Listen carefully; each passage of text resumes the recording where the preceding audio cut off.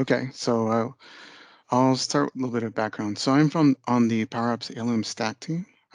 Basically, we are kind of the caretakers of the underlying components that everyone uses when they use Power Apps, like the sitemap, the app module, model-driven app, as well as we also participate and help out with the Canvas app. So a lot of the features that you guys see on like powerapps.com, the underlying technology, um, we we're kind of responsible for that on my team. As well, we do add in tools and supply some of the infrastructure to allow other teams to leverage the features they want to create. And so one of the things that we had noticed ourselves on the team is that there weren't enough tools for the customer uh, to understand the sources of their errors. And a lot of the errors that we saw were in the solution layering. So for folks that don't know, there's the model-driven app, and there's like the Canvas app. So the Canvas app is what you see as like the mobile app that you see a lot of in like, I guess on YouTube, where it's kind of you can pick whether or not you want a tablet or a mobile phone appearance of an app. But there's also the model-driven app, which is derived from the classic Dynamics app. So if you guys have powerups.com and you ever went to, let's say, advanced settings, this would open up a Dynamics instance, which is the classic Dynamics. And within that, you would have the model-driven app, which you could create and you could also run. And so the advantages of having a model-driven app is it kind of uh, encapsulates the minimum functionality that you want to present to your users, and you can also apply different types of users to view different types of apps based on the permissions and roles. So our team does a little bit with permissions and roles, but that is another team which does like licensing and authorization. But we're on my team, we do most of the components. So while that's warming up, I'll just show like the solutions. So um, I'll take questions a little bit later, but I'm going to just kind of assume that you guys are a little familiar with solutions. I'll give it just a brief intro. So the solutions are a way to add in new functionality to your Dataverse, to your organization. Uh, so you do this kind of in the same way as you have like a Windows operating system patch. So you can consider solutions as kind of a patching system that where your features that come in and say on your first release you had you had you had Microsoft Word, right? And on the second release, you added Microsoft Word and Outlook. And that second release would be, let's say, like a patch. So you can think of solutions that way. Your first solution would have Microsoft Word, and the second solution had Word and Outlook. And that's a similar analogy to what the solutions are doing, is that they're letting you customize and pick out the features you want to update and you want to change.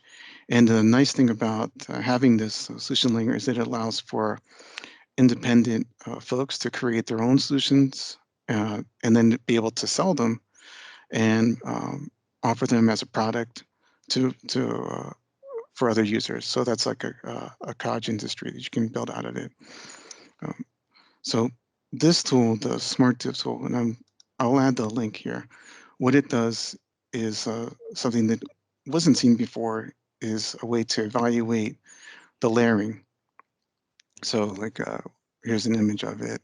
But if we go to one uh, here, and this is a solutions, like here we see the list of solutions. And if I pick a component, let's see the model driven app here, and I say see solution layers, right?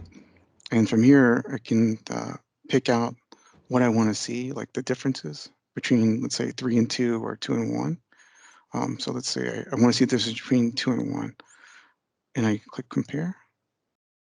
And what you'll see is a lot like the VS Code diff. You can see what the changes were between layer 2 and layer 1.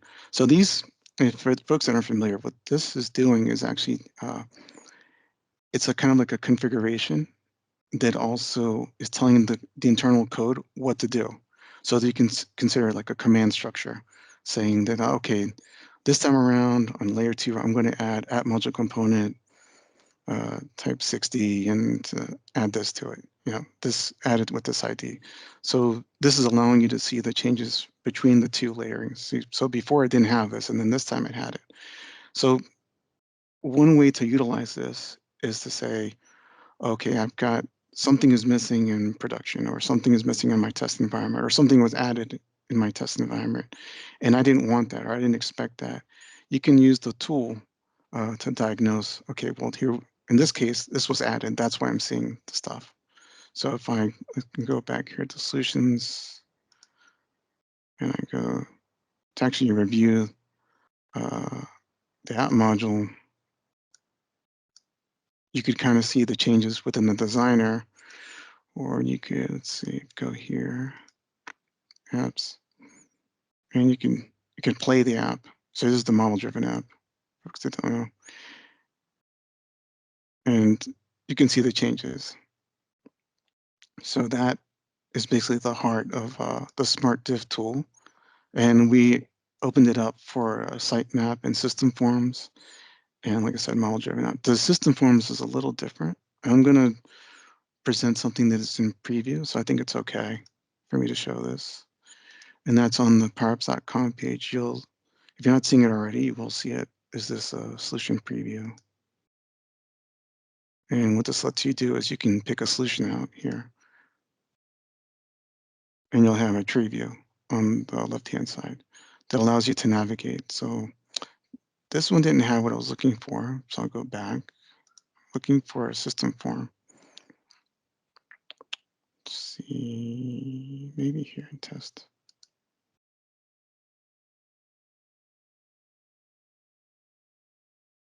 Nope. Okay. Let me go about this a different way then.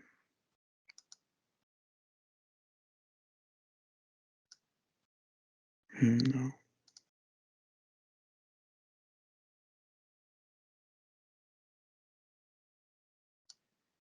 Let's see if it has it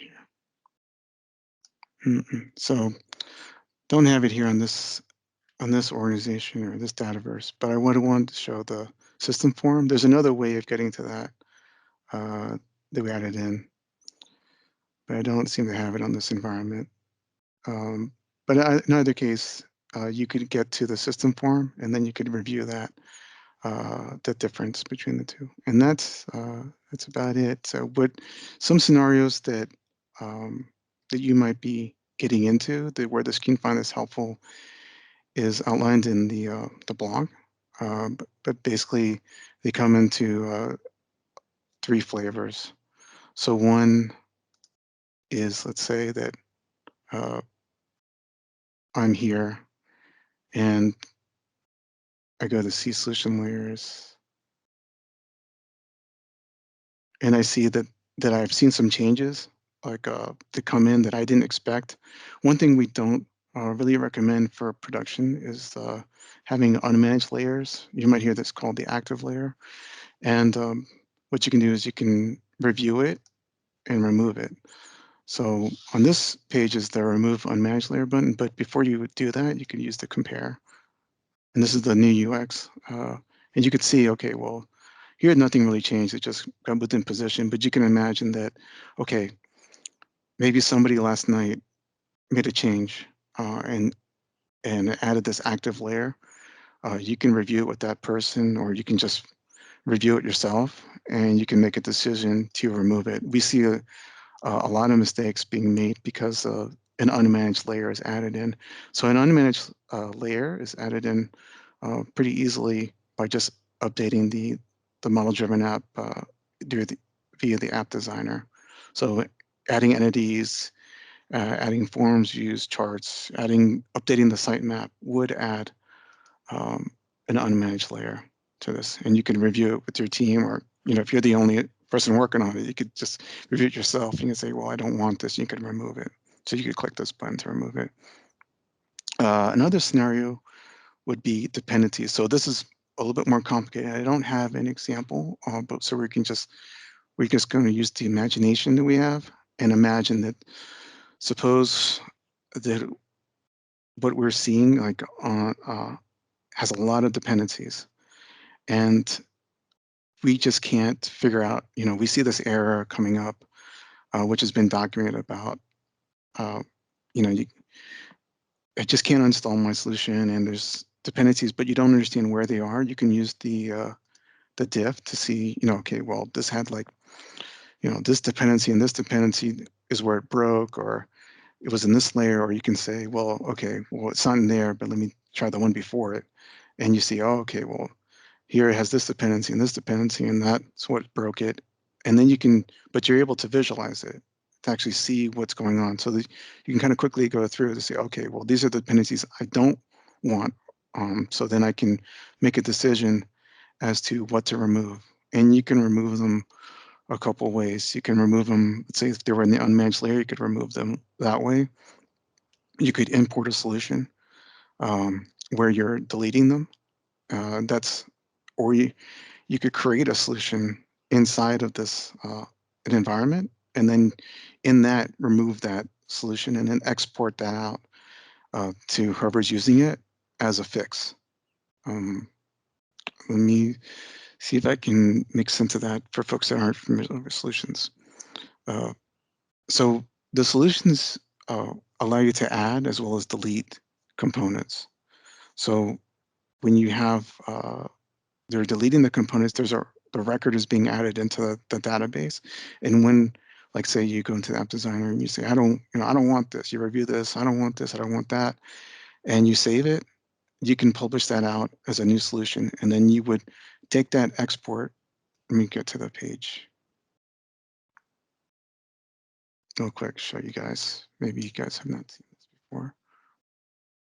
Oops, go here.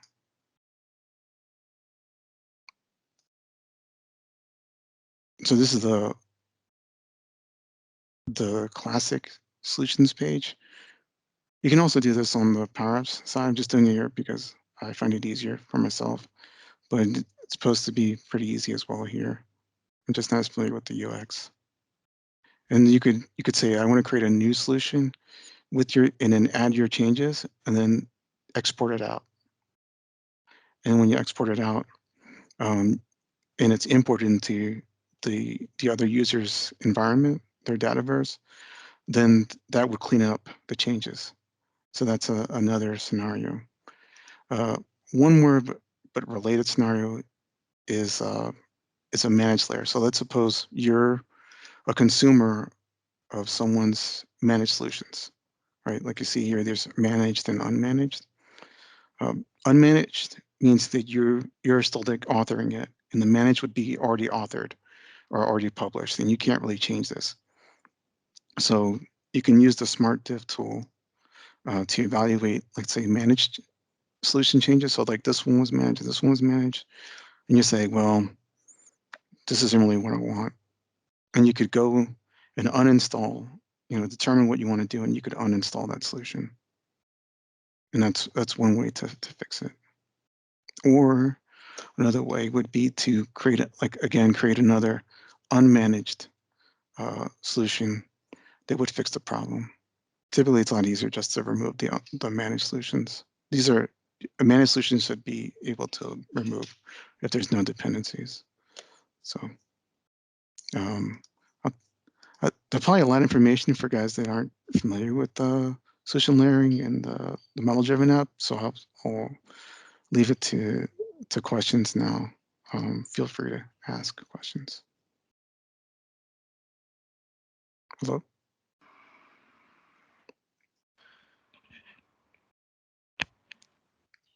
Does anyone have a question? There's a part of that you guys want me to go over one more time?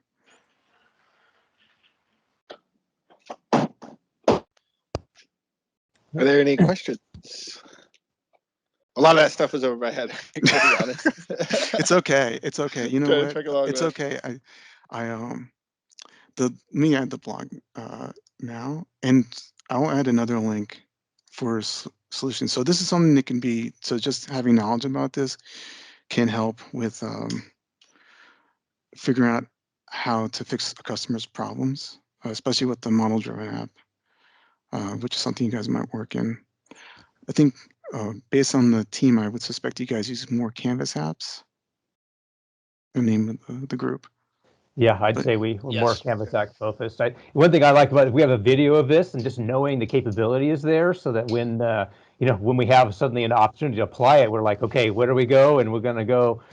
There's Alfredo's video. We're going to hop right on it. So it's it's one of the things where it's going to become reference material. But one of our clients is going to have some problems, and this is going to come in handy. I can already see there's some ways to apply it. So definitely exciting stuff. thanks. You guys have my email, so you're welcome to provide like questions and feedback anytime, really. And we did get a question in chat there. I just noticed popped up.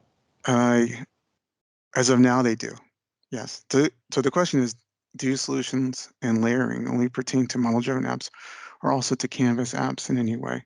So as of now, I can say that only the model-driven app. And however, there may be changes coming.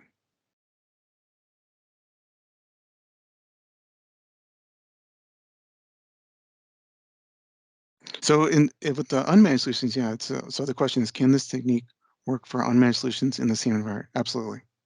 It can work for any solution layering for the model-driven app, sitemap, and system form. So, I think one concept that might help. This might help. Let me open up MS Paint. So The real developer's tool. Now we're back on the same level. No, okay. Now we're bringing it down there. So you can think. Suppose that here is my first solution, right? And it's for, let's say, app 1, and it only has change 1, right? And then the next solution also changes. So this is the second one. So it also changes app 1. And it has a change of 2. Oops. So in the solutions, you can have, your focus, it's like part of it is affecting app 1. So you could have more solutions, right? And you'd have more changes. You can think of like this getting bigger, more layers as you go up in the complexity. So the tool allows you to kind of review the changes between them. But it's going to be like component and solution layers. Does that kind of make sense? Yeah, it does. Okay, and you can add more components. Like I could say, okay, well, I want to also change app. I want to also add app 2 here. So, but the app 2 only has solution layer 2, right? So if I reviewed in Power Apps, I would, and I was looking at only app 2, I would only see like this one layer. But if I was looking at app 1, I would see these 2 layers. So the solutions can also be shared across many components, but the layering can be different. That might be an important concept. It's pretty flexible, this design. Okay, let me see any questions. Well,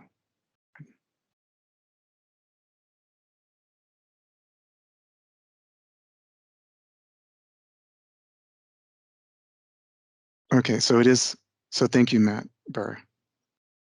So it is being announced. Okay, yes. So yeah, in the near future, Canvas apps and model-driven apps will be converging. And actually, it is my team and another teams that's done that work. I just didn't know if I could say it. I didn't know what the progress was for that release. It looks like it's already out. Okay. Okay. And yeah, that was the last question. Does anyone have any other questions? Did I miss a question? Feel free to come off mute if you do have any questions.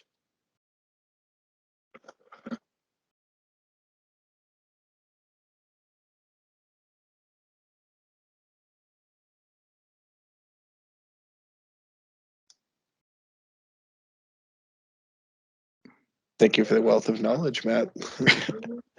You guys are welcome. Yeah, thanks for having me. I'm actually kind of pleasantly surprised to see much like passion around IT. I've haven't really been in a community group in a long time, so it's actually pretty neat to see. Right. Thank you very much. Well, hey, Alfredo, thank you so much for coming on, man. That was really great. You're Yes, very that was welcome. great. Let me I'll add one more article for solutions layering, so you guys can use as a reference. And Yes, please. I'll just mute myself here. Cool. Thanks, Alfredo.